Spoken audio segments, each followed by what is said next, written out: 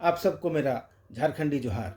भगवान बिरसा की जयंती, झारखंड का स्थापना दिवस और ऐसा राजनीतिक माहौल, भला एक पत्रकार को अपनी बात कहने के लिए इससे शानदार अवसर और कब मिलेगा।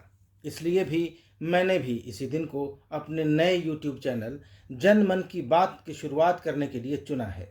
यह विशुद्ध रूप से मेरा अपना निजी चैनल है। इसमें मैं जन सरोकार के मुद्दों पर एक पत्रकार के रूप में अपना नज़रिया, कमेंट और टिप्पणियां आपके सामने रखूंगा। समय के साथ इसके तेवर और कलेवर में ज़रूरी बदलाव किए जाएंगे। अपनी बात कहने के लिए आज का दिन इसलिए भी सबसे बेहतर है क्योंकि 79,714 वर्ग किलोमीटर में फैले और 3,35,00,000 से भी अधिक आबादी वाला भारत का 28वां और सबसे नया राज्य झारखंड आज अपनी स्थापना की 22वीं सालगिरह मना रहा है। लेकिन अपनी बात शुरू करने के पहले आपसे एक अनुरोध है कि कृपया मेरे इस चैनल को लाइक और सब्सक्राइब करें। तो शुरू करते हैं जनमन की बात। झारखंड प्रकृति का एक अनुपम उपहार है।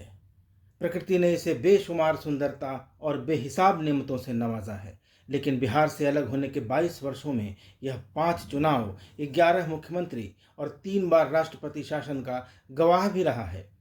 कई घपले, घोटालों और राजनीतिक उथल पुथल का साक्षी भी रहा है यह झारखंड। लेकिन आज जब झारखंड 23वें वर्ष में कदम रख रहा है तो ऐसी परिस्थिति पहले कभी नहीं बनी थी। न कभी इतना असमंजस था और न ही अनिश्चितता का यह आलम। 15 नवंबर को धरती आबा भगवान बिरसा मुंडा के जन्मदिन पर इस राज्य का गठन हुआ था। ब्रिटिश राज के खिलाफ उलगुलान का बिगुल फूंकने वाले बिरसा ने अंग्रेजों की कैद में महज 25 वर्ष की आयु में अपनी नश्वर देह को त्याग दिया था। इसके बावजूद वे इतिहास के पन्नों और झारखंड वासियों के दिलों में अमर हो गए हैं। लेकिन गुजरे 22 वर्षों में झारखंड ज़्यादातर समय सिर्फ गलत वजहों से चर्चा में रहा है। राजनीतिक अस्थिरता, जोड़ तोड़ की राजनीति, विधायकों की खरीद फरोख्त और हजारों करोड़ के घोटाले, खनन घोटाला, बीज घोटाला, खेल घोटाला, एनएचएम घोटाला, कंबल घोटाला और तो और 2016 में तो इसी झारखंड स्थापना दिवस पर बच्चों को दी जाने वाली टॉफी और टी शर्ट तक में घोटाले का आरोप लगा। इन तमाम घोटालों में पूर्व मुख्यमंत्री मधु कोड़ा समेत कई पूर्व मंत्रियों और आईएएस अफसरों को जेल भी जाना पड़ा। अभी झारखंड फिर ऐसे ही परिस्थिति से दो चार है। कुछ दिन पहले कांग्रेस के जामताड़ा विधायक डॉक्टर इरफान अंसारी, कोलेबिरा के विधायक विक्सल कोनगाड़ी और खिजरी के एमएलए राजेश कच्छप पैसों के साथ पश्चिम बंगाल में धरे गए। इन पर सरकार गिराने की साजिश का आरोप लगा।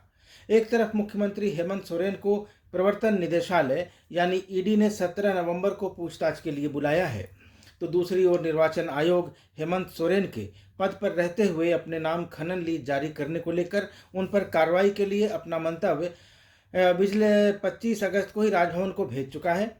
राज्यपाल छठ के बाद एटम बम फटने की बात कहकर लोगों की धड़कनें भी बढ़ा चुके हैं। इधर स्थापना दिवस समारोह के राजकीय समारोह में मुख्यमंत्री हेमंत सोरेन के बुलावे पर मुख्य अतिथि बनने की हामी भरने के बाद राष्ट्रपति द्रौपदी मुर्मू का कार्यक्रम अंतिम क्षणों में बदल गया और इसके बाद राज्यपाल ने भी राज्य स्थापना दिवस के समारोह में शामिल होने से इनकार कर दिया। इसके बाद झारखंड का राजनीतिक पारा गर्म हो गया है। राष्ट्रपति और राज्यपाल के स्थापना दिवस के मुख्य सरकारी कार्यक्रम से किनारा करने के बाद मौजूदा झारखंड सरकार और केंद्र सरकार के बीच एक स्पष्ट विभाजन लकीर खिंच गई है। राज्य की मुख्य विपक्षी दल भाजपा लंबे समय से भ्रष्टाचार को लेकर हेमंत सोरेन और उनके नज़दीकी लोगों के खिलाफ हमलावर चल रही है। ईडी और आयकर विभाग जैसी केंद्रीय एजेंसियां लगातार मुख्यमंत्री हेमंत सोरेन के करीबी लोगों पर दबिश डाल रही हैं। उनमें चर्चित आईएएस अधिकारी पूजा सिंघल, सीएम के विधायक प्रतिनिधि पंकज मिश्रा और रघुवर दास सरकार से लेकर हेमंत सोरेन सरकार तक में नेताओं और अफसरों के चहेते रहे मिडिलमैन प्रेम प्रकाश श्रीवास्तव सरीखे लोग शामिल हैं। हालांकि मुख्यमंत्री हेमंत सोरेन इन हमलों से विचलित नहीं दिखते। उन्होंने सीधे सीधे केंद्र सरकार पर आरोप लगाया है कि वह गैर भाजपा शासित सरकारों को गिराने का षड्यंत्र कर रही है। भाजपा के हमलों का जवाब देते हुए 22वें स्थापना दिवस से एक दिन पहले मुख्यमंत्री हेमंत सोरेन ने रघुवर दास की पूर्ववर्ती भाजपा सरकार के 5 पूर्व मंत्रियों के खिलाफ आय से अधिक संपत्ति मामले में भ्रष्टाचार निरोधक ब्यूरो को एफआईआर दर्ज करने के निर्देश भी दिए हैं। इसके अलावा हेमंत सोरेन जनता की सहानुभूति को अपने पक्ष में करने के लिए कई भावनात्मक फैसले भी ले रहे हैं। इनमें राज्य के निवासियों के लिए स्थानीयता तय करने के लिए 1932 के खतियान को आधार बनाने और अन्य पिछड़े वर्गों यानी ओबीसी के लिए सरकारी नौकरियों में आरक्षण की सीमा 27% करने का प्रस्ताव भी शामिल है। झारखंड विधानसभा के विशेष सत्र में हेमंत सोरेन सरकार ने 1932 के आधारित खतियान 1932 के खतियान पर आधारित स्थानीय नीति और आरक्षण संशोधन विधेयक पास कराकर एक बड़ा झटका दिया है अपने विरोधियों को।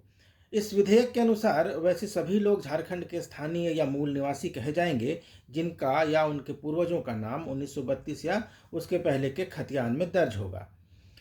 स्थापना दिवस यानी 15 नवंबर से 4 दिन पहले 11 नवंबर को सरकार ने झारखंड विधानसभा का विशेष सत्र बुलाकर 1932 आधारित स्थानीय नीति और आरक्षण संशोधन विधेयक को पास करा लिया।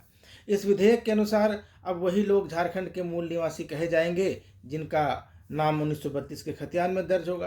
तो इससे एक बाहरी भीतरी की भी अविभाजन लकीर खींच गई है और जो लोग बिहार या उसके बाहर से 1932 के बाद आके बसे हैं उनमें भी एक संशय की स्थिति है कि वो लोग अब क्या जाएंगे। हालांकि ये मामला जो है वो अभी तक जो आ रहा है कि ये तीसरे और चौथे दर्जों की नौकरियों तक है, लेकिन मुख्यमंत्री ने कहा है कि नहीं, ये मामला इसके आगे भी जाएगा और 1932 का खतियान बहुत सारी अन्य चीज़ों पर का भी आधार बनेगा। हालांकि ये बात अभी साफ नहीं हो पाई है। और दूसरी तरफ ओबीसी आरक्षण की सीमा को भी 14% से बढ़ाकर यानी 14% से बढ़ाकर 27% कर दिया गया है। यानी अब झारखंड में कुल 77% रिजर्वेशन हो गया है।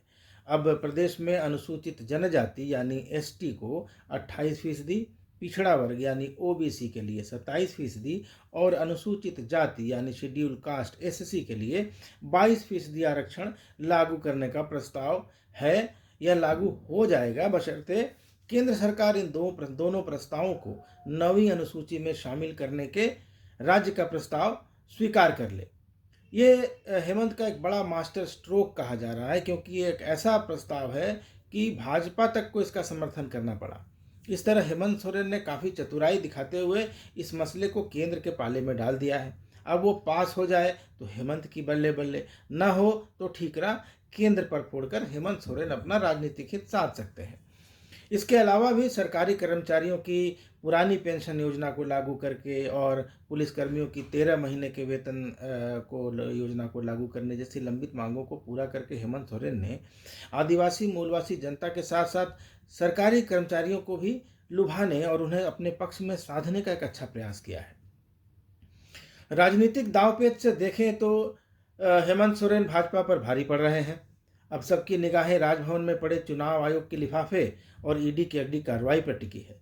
झारखंड के 23वें साल की शुरुआत उहापोह भरी है। अंजाम कैसा होगा यह भविष्य ही बताएगा। तब तक देखते रहिए जनमन की बात। धन्यवाद।